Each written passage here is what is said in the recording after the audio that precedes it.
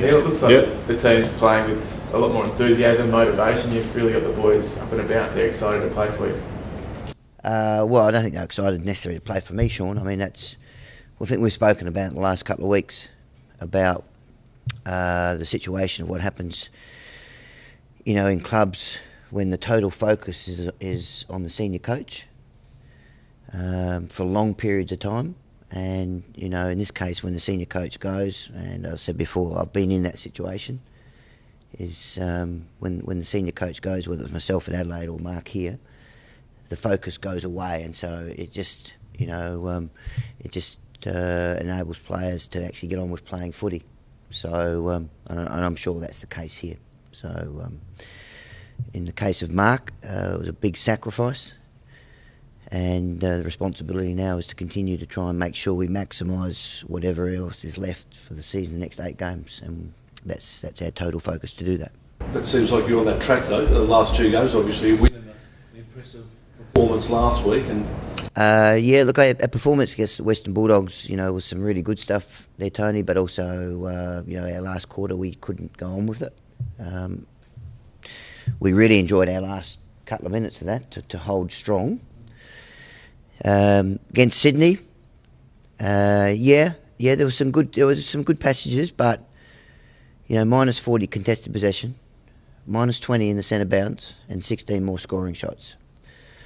So we've got to be really careful as a club to just understand how good is, and that's part of our development and our education to understand exactly what elite performance looks like. And minus 40, minus 20 centre bounce, 16 more scoring shots is a long way from being anywhere near close to the elite of the competition. So on that, Neil, just because their effort was unquestionable against the Swans. Yeah.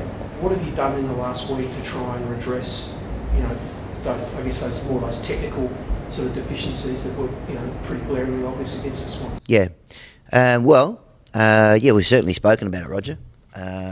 Some of it's technique.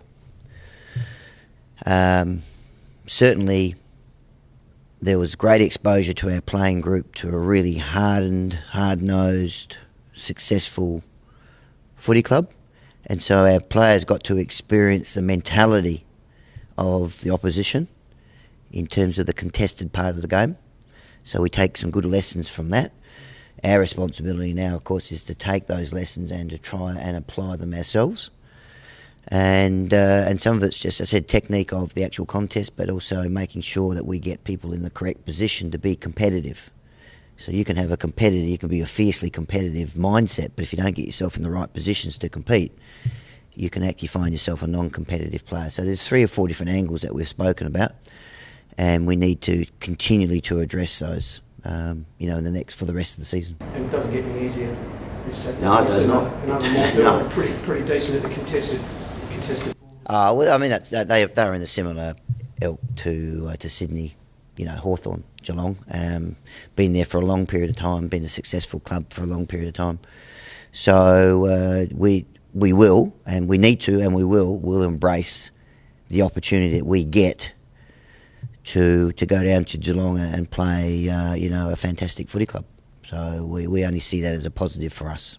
Do the players carry any scars from going down there and that flogging we've read so much about a couple of years ago? I haven't asked them, Nick, and I'm not really that interested.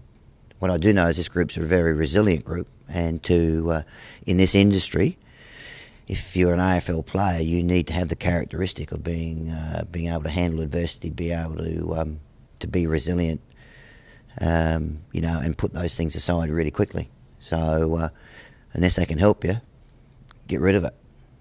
If they help you, hang on to it. But my experience is that forget about it. You just get on with what we're doing. Show the boys a video of Ashton Agar just to, Yeah, well, that's an interesting concept, Roger, isn't it? I mean, that's a young kid coming into international level sport, no limitations. No one's putting any limitations on him that you're not allowed to be good until your 5th test or 20th test, and just be a bit careful what you do. I love that sort of thing where he comes in and just takes the world stage by the scruff of the neck. So just another great example of what's available to anyone with the right, who's got a really fierce mindset. Do you bring that up with the players at all? Yeah, we talk about a whole range of sports. And that one's fairly new, of course, so I haven't had a chance to talk to the players, but the coaches were discussing it this morning. It's all similar concepts operate in AFL footy, Roger. Absolutely. And it's always good to take it from another sport. So people think, it's sometimes a story from another sport becomes a really good analogy to use. As an extension, the whole Australian cricket set up, though, sorry, I was going to say, Nick, it's very similar to the Melbourne Football Club, isn't it? New coach, sort of new direction, new excitement and the like. All in the last couple of weeks, it's sort of a similar path, isn't it? Well, I don't follow the sport that closely, Tony. I mean, could be. Yeah, I mean, they've got a new coach and for a period of time. Well, he's not for a period. He's full time. I think he'll be there full time. So, yeah, I mean, you can draw that bow if you want to. But there's always good stories around the world to use to your own advantage.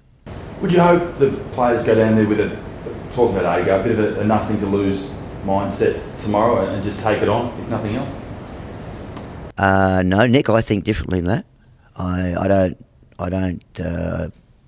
like an attitude of nothing to lose. This club's got plenty to lose. So we won't be going down there with an attitude of nothing to lose. We'll be going down there to test ourselves with the mentality that we're going down there to play with a winning attitude. And so when you play with a winning attitude, you've got lots to lose. Yeah, how do you think you're going to test Geelong? What do you think you guys bring that can really sort of break down their defences?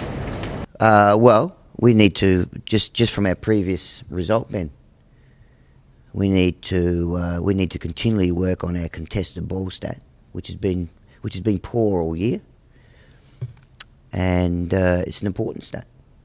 You don't necessarily have to win it every week, but you need to get your share. And -40, I can tell you, is not getting your share. So we need to address that, and we get a chance to address it against a side that's played a lot of finals footy, and those guys would. And I know Chris would make it very clear to his Geelong players the importance of it. So we get a chance again to do that a bit better. Some of our stoppage work in the centre bounce, we get a chance there. We need to continue to be bold when we get the ball, so we test their defence as well. So it's just more development for us about developing us as a team, so that we can actually start to be spoken about in the same sort of terms and terminology as Hawthorn, Sydney, Geelong, Essendon, Collingwood, and that's where we need to go to, and that's where we're going. Do you feel you have to make Harry Taylor and Jimmy Bartel pretty accountable? They seem to really set up drive from half-back. Do you think you'll be accountable for them? There'll be times, but I mean it's no different to McVeigh and those sort of guys. Yeah, what's your take on Paul Roos? A lot of people saying that this guy will be perfect for the role here. Do you think he is the perfect person for that role? I don't know. I don't know what the club's looking for. Is it disheartening that the club and the AFL are sort of going so hard to try and find Roos when you could be the man for the job? Disheartening for me? No, not at all. It's really important for the Melbourne Footy Club, firstly, to decide the type of coach that they think is appropriate for the Melbourne Footy Club. Now, to the best of my knowledge, I haven't heard whether they've done that yet. But I mean, that will be their first task. And then if they decide that a Paul Roos fits that skill set and he's the best man for the job, their responsibility is to get the best person for the job. And certainly Paul's coaching record speaks for itself, doesn't it? But it's also a matter of, as I said probably a few weeks ago, whether it be a first-time guy putting his hand up to be an AFL coach, or whether it be someone like Paul Roos or Mick Moldhouse. The key thing is enthusiasm and passion to do the job. So only Paul would know that. But the first process is for the Melbourne Footy Club to decide what their next coach needs to look like and the skill set. Just on that, in terms of working out what they want, they've got David Parkin on the selection panel, or brought in as a consultant. What's your take on that? I imagine that would be pretty encouraging. Should be pretty encouraging for D's fans. The fact they brought him into. Oh, David. Oh, yeah. I mean, David. Enormous amount of experience. Coaching record. Over 500 AFL games. Premiership coach. Great thinker of the game, experienced, calm, knows what's required. So you probably couldn't get a better person, Roger, to have on your panel. You know, to bring all those sort of skills to the panel. Earlier this week we spoke to Colin Sylvia, and Yep. a couple of interesting things about what he said was he was asked had he got the most out of himself in sort of place 150. He said, he was very candid, he said no he hadn't. What's your thoughts on where he is? You know, he's coming up to what's probably going to be his last big contract of his career at the end of this year. So what do you reckon how he's going and what still he could do and what he needs to do? Well, his last half a dozen games, I reckon, Roger, have been very, very good. So he's found that element of consistency. The fact that I think he made that statement that maybe he could have done a bit more. Is that correct? Yeah. Yeah. I think that takes great courage for a player to say that in the public arena, and sometimes that's the start of where that's the start of moving forward. So all my conversations with Colin have been that time's not running out as such. He's still got some time available, but he also realises that I think he's starting to realise how good he can be, but he needs to take charge of his career in that area. And you know, the way he's playing the last 6 weeks and the dialogue that he's using would suggest that he's serious about doing that. One of the legacies that Mark left. Apparently, Mark was very good working with Colin with the off-field stuff. Like we all know, Colin's got a pretty checkered history with, you know, off-field behaviour. Has he turned around in that respect? Is he just sort of is his greater consistency on the field perhaps a bit of a reflection that off the field he's got his acting? Well, you could say that, Roger. People play the way they live. So. And you're right, Mark did spend a lot of time with Colin, and he was fantastic for Colin in that area. You know, and it's interesting you bring that up because people in the public arena would know that. And so once again, there's a legacy that Mark knew was left this footy club. So so all those things. So you've got to have a stable off-field life if you want to have a stable on-field. So they go hand in hand. And just the other thing he said was he wants to stay at Melbourne. You know, there's been all this speculation because he does come out as a free agent. How confident are you that there's a group of players, Watts is another one, how confident are you that these guys are going to commit to the Ds? You know? Well, I mean, time will tell on that. I mean, time gets us all, Roger, doesn't it? There'll come a time where a decision has to be made. In the meantime, all Melbourne can do is continually to try and provide an environment where players like Colin Sylvia, Jack Watts and whoever else is coming, and there's a whole range of players coming up in terms of contractual arrangements, believe that this can be an environment where they have an opportunity to be their absolute best. So let's just look at the club's responsibility first and foremost. It's their responsibility to provide that environment, not by words, but by actions. And then of course, that puts, not pressure, but that sends a message to those particular players who are coming up for contract. So we need to make sure that we fulfil our part of the bargain, if you like, so that players will just say, yep, we want to stay at the Melbourne Footy Club. 3 Jack questions. First of all, Jack Grimes seems to be working his way back into it after an injury, coming along nicely. Yeah, he missed, I think, 8 weeks. Tony, I think it was 8 weeks, maybe 9 weeks. So I thought he got better as the game went on last week. But it goes to show, you know, I've got a very high regard for Jack Grimes. But it just goes to show, you know, in today's footy and the intensity that it's played at, you know, it's very unusual for guys to come straight back and jump in and to be very, very good players. But he got better as the game went on, so he'll be better for that. Jack Watts, preferred position for Jack, or is it just going to be game dependent? Seems to be really having a nice time up forward at the moment, but obviously we know he can play as a key defender as well. Yeah. Is it game dependent for Jack as to where he's going to play? No, not really. It's I think it was one of the great attributes that he's got, one of the many great attributes that Jack Watts has got. To have versatility in today's game, it's sort of a trend, if you like, the way the game's going, to be able to play in a variety of positions and to be able to perform in those positions, not just play there, but actually perform in them. So At the moment, Jack's playing up forward and playing a very important role for us and performing in that role.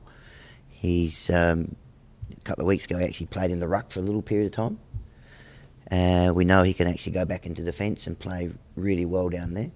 So I mean, he's developing a skill set that's just going to hold him in good stead. And just to follow on, Jack Fitzpatrick, another kid that's only a handful of games experience, but he's leading up to the ball, he's learning in the ruck. He's another boy that just seems to be coming on extremely well. Yeah, well, his last 2 or 3 weeks have been very good. You know, he's got enormous speed for his size. Some of his overhead marking's been very good. He needs to continue to work on his ruck work because he's going to have to play in the ruck at some stage, you know, for periods of time. But he's another one, Tony, that's given his whole career a lot of thought, and you know, the term I use is Jack Fitzpatrick's actually taking charge and showing responsibility for his career. And what I mean by that is they have a picture in their head about how they want to be, and they then spend all their energy making sure that they access every resource and take charge of doing that rather than waiting to be told. And that's been a big change in Jack's mentality, and it's a great credit to him. About Jack Trengo, I want to talk about 4 Jacks. Oh, well, you go for it. Yeah, let's talk about it. Yeah, 4. let's go for a full house. Yeah, 4 Well, no, house. 4 of a kind, isn't it? 4 of a kind, yeah. I'm not a poker player. No. And he's getting better and better as well. I really like some of the work that Jack Trengo's doing, playing through the midfield, use of the ball, very, very good. And his calmness against the Western Bulldogs was sensational. So he's playing. He's been outstanding in terms of his leadership on and off the field, and he's now getting playing a bit better as well. I was going to with Grimes and Trengro. Yep. The last couple of weeks, does it seem like more so than other players, as a weight dropped off their shoulders after everything has sort of been sorted out off the field in regard, and they can now actually take more control without having the worry of everything else that's happening? Well, maybe, Tony, but I mean, that's part of being in a leadership role. You take the good with the bad. And what we'll talk about in the future with those two in particular, but our senior leadership group in general, will be, and please understand, we're not out of the woods as a footy club. So this period of time, and everything that those guys have been through, it's been a great period of time where they've had to learn to develop great resilience skills and about to handle adversity and about to manage themselves, continue to perform, and also look after their teammates and direct their teammates. Now, those skills you cannot develop just by reading about it in a book. You've actually got to live those moments. And I'll guarantee you, as this club gets better and better and better, those skills that the two Jacks have developed as co-captains will hold them in fantastic stead. Because the better you get, the more adversity you face, because people now want to play you and you become the favourites, and if you lose a particular game that you should have won, you get criticised. So they're all great skills to have, and this has been a fantastic period for those guys to learn those skills. Okay.